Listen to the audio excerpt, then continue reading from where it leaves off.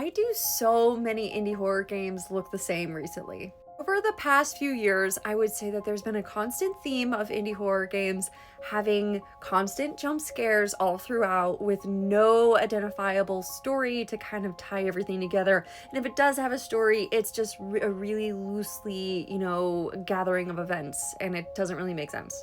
Does that make sense? Real quick before we really get into this, if you like horror, feel free to give me a follow. I post a video just like this every single day. Part of me thinks that it might be because horror games follow like a very specific formula sometimes, and maybe in indie games there's a lot of reused assets, and so you kind of see the same things in every single like game. At this point, if it's a horror game that takes place inside of a house, it looks the same to me. And if you send me a screenshot of any horror game that takes place inside of a modern home, I might not be able to distinguish it from any other game. It's hard to tell, there's so many. For example, there's always a house. You're inside of a house, you have a flashlight, you have to hide, things jump out at you, things are hunting you. But sometimes the game doesn't even bother to explain, why all of this is happening.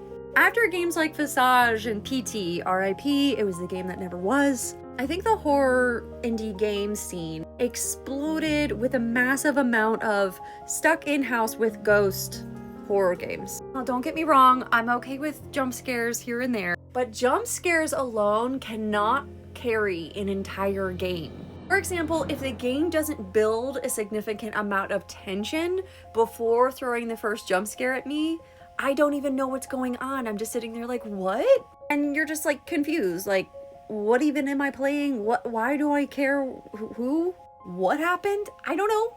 Anyways, do you feel the same way I do? A lot of indie horror games just feeling similar recently? And what is something that you think could really shake up the genre? What is a game that you think, an indie horror game that just kind of is pushing the boundaries? Let us know. And if you like horror games, I play horror games on Sundays, Mondays, and Wednesdays on TikTok, Twitch, and YouTube. See you then. Bye.